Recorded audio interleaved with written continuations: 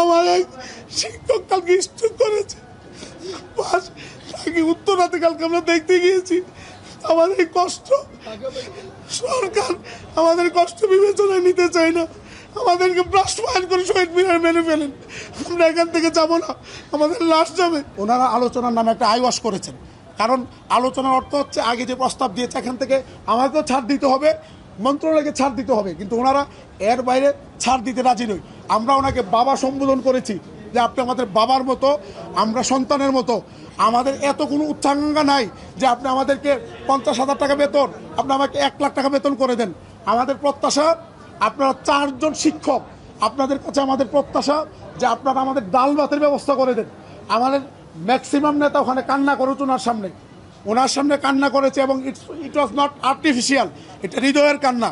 আমরা কথা বলতে পারিনি, ওনাকে বাবা বলে সম্বোধন করে আমরা কান্না করেছি, কিন্তু ওনার বক্তব্য উনি আর বাইরে পারবেন না। আমরা ওনাকে সর্বশেষ প্রস্তাব দিয়েছিলাম যে আমরা আপনাকে আমাদের পক্ষ থেকে পুনর্বিবেচনার জন্য একটা প্রস্তাব দিই, সেটি হচ্ছে আপনি আমাদেরকে 10% বাড়ি ভাড়া এখন দিবেন, আর 10% আগামী বাজেট থেকে আপনি দিবেন।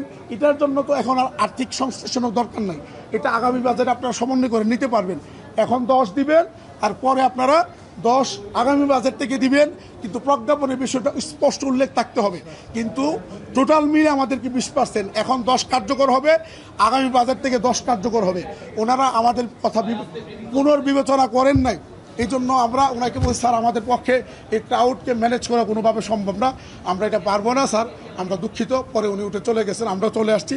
আমরা শান্তিপূর্ণভাবে আমাদের আন্দোলন অব্যাহত রাখার সিদ্ধান্ত নিয়েছি, এবং আপনারা জানেন আমাদের যে কর্মবিরতি আছে, আমাদের শ্রেণীকক্ষে এখন শ্রেণী কার্যক্রম চলছে না, এটা অব্যাহত থাকবে। এত প্রায় 8 লক্ষ টাকার বাজেটে লক্ষ লক্ষ টাকার আপনার 1000 কোটি টাকার অস্ত্র কিনতে পারে, বিভিন্নভাবে আপনার তসরুপ হচ্ছে, প্রকল্পের নামে, প্রশিক্ষণের নামে তসরুপ হচ্ছে।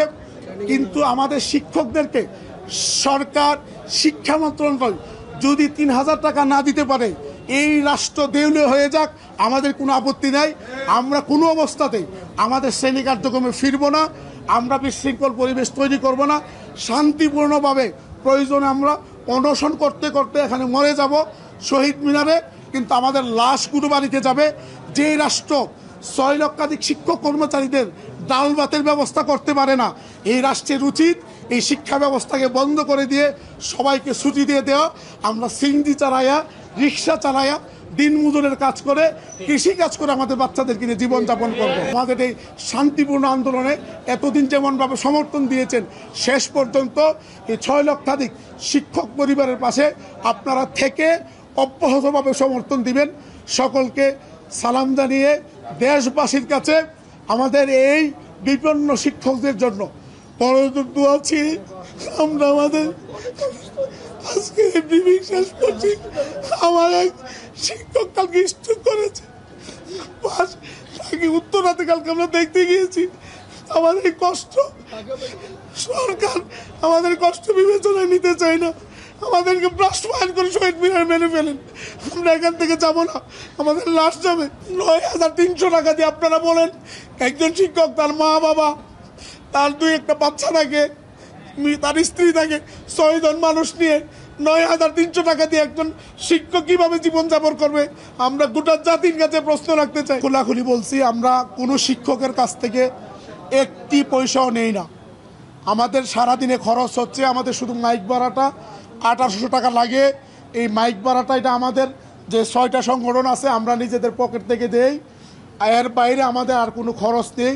শিক্ষকরা নিজেদের ভাড়া দিয়ে আসে, নিজেরা খায়, রুটি কলা খেয়ে থাকে, এটা আপনারা সাংবাদিকরা সবাই দেখতেছেন। আমি চ্যালেঞ্জ ছুড়ে দিয়ে বলছি, সরকারের সকল গোয়েন্দা সংস্থা সারাক্ষণ আমাদেরকে নজরদারিতে রেখেছে।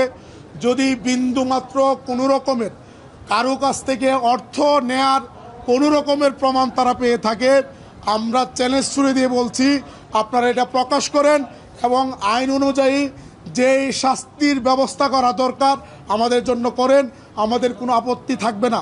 আমি আবার পরিষ্কার করছি, আমরা কারো কাছ থেকে 1টি পয়সাও চেয়ে নেইনি, কোনো রকম কোনো রাজনৈতিক দলের কাছ থেকে 1টি পয়সাও আমরা নেইনি।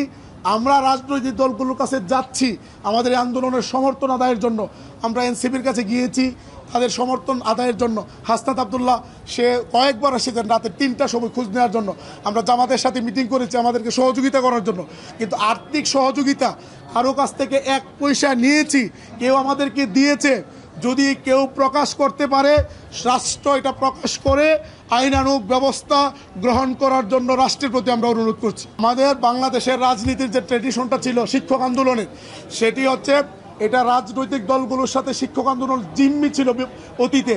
যারাই ক্ষমতায় ছিল তারা বলতো যে 6 লক্ষ শিক্ষক পরিবার আমার, যেমন শাহজালাল সাজু সাহেব আওয়ামী লীগের সময় দীপমণিকে নওফেল সাহেবকে বুঝাইতেন সব আমার লোক, আমার কথা না শুনলে, আমাকে কল্যাণের চেয়ার না দিলে, আমাকে এমপি নমিনেশন না দিলে এই 6 লক্ষাধিক পরিবার শিক্ষার্থীরা কেউ আপনাদেরকে ভোট দিবে না। এটা বুঝিয়ে ওনারা আর্থিকভাবে লাভবান হয়েছেন, কেউ এমপি হয়েছেন, মন্ত্রী হয়েছেন। এখন আরেকটা গ্রুপ চাচ্ছে বিএনপিকে বুঝিয়ে যে আমরা সব শিক্ষক আমাদের, যদি আপনারা আমাদেরকে 30টা আসন না দেন, এমপি মন্ত্রী না দেন, কল্যাণ অপশন না দেন, তাইলে 6 লক্ষ শিক্ষক পরিবার এবং তাদের শিক্ষার্থীরা কেউ ভোট দিবে না, নির্বাচনে বড় বিপর্যয় হবে। এই গেমটা তারা এখন খেলতে পারতেছে না। 5ই আগস্টের পরে বন্দোবস্ত চেঞ্জ হয়ে গেছে। শিক্ষকরা এখন কোনো রাজনৈতিক ছত্রছায়ায় থাকতে চায় না, তারা চায় তাদের পেশাগত আন্দোলনে যারা এগিয়ে আসবে তাদের সাথেই তারা থাকবে। আমরা একেবারে ক্ষুদ্র মানুষ, একেবারে ছোট মানুষ, আমাদের একেবারে বড় রকমের কোনো পরিচয় নাই। শুধুমাত্র আমরা ন্যায়সঙ্গত দাবি দাওয়া নিয়ে মাঠে আসি, এই জন্য শিক্ষকরা আমাদেরকে সমর্থন করে। তারা মনে করতেছে তাদের আগের যে বিজনেস যেটা ধারাবাহিক ছিল, আগস্টের পরে যেটা নষ্ট হয়েছে, এখানে আমরা হানা দিয়েছি, এই জন্য তারা আমাদের আন্দোলনকে বিভিন্নভাবে এটাকে আপনার টেক দেওয়ার জন্য তারা ষড়যন্ত্রে লিপ্ত রয়েছে। আমরা এই প্রক্রিয়ার এবং পদ্ধতির এবং ফেসিবাদী কায়দায় একটা ন্যায়সঙ্গত আন্দোলনকে ব্যর্থ করে দেওয়ার যে ষড়যন্ত্র, এটার আমরা চরম এবং তীব্র নিন্দা জানাচ্ছি। আমরা শহীদ মিনারে থাকবো শান্তিপূর্ণভাবে। আমরা আমাদের ন্যায্য অধিকার চাই এবং শান্তিপূর্ণভাবে। আপনারা দেখেছেন আমরা মার্চ টু সচিবালয় যখন আমরা করেছি 2 দিন আগে, মাজার গেটে ব্যারিকেড দিয়েছে, আমার একটা শিক্ষক একটা ব্যারিকেডের মধ্যে টোকা পর্যন্ত দেয়নি। আমরা শান্তিপূর্ণ ওখানে বসেছিলাম, আপনারা মিডিয়া সাক্ষী। আমরা ওখান থেকে কতক্ষণ থেকে আবার চলে গেছি, কোনো বিশৃঙ্খল পরিবেশ হয় নাই।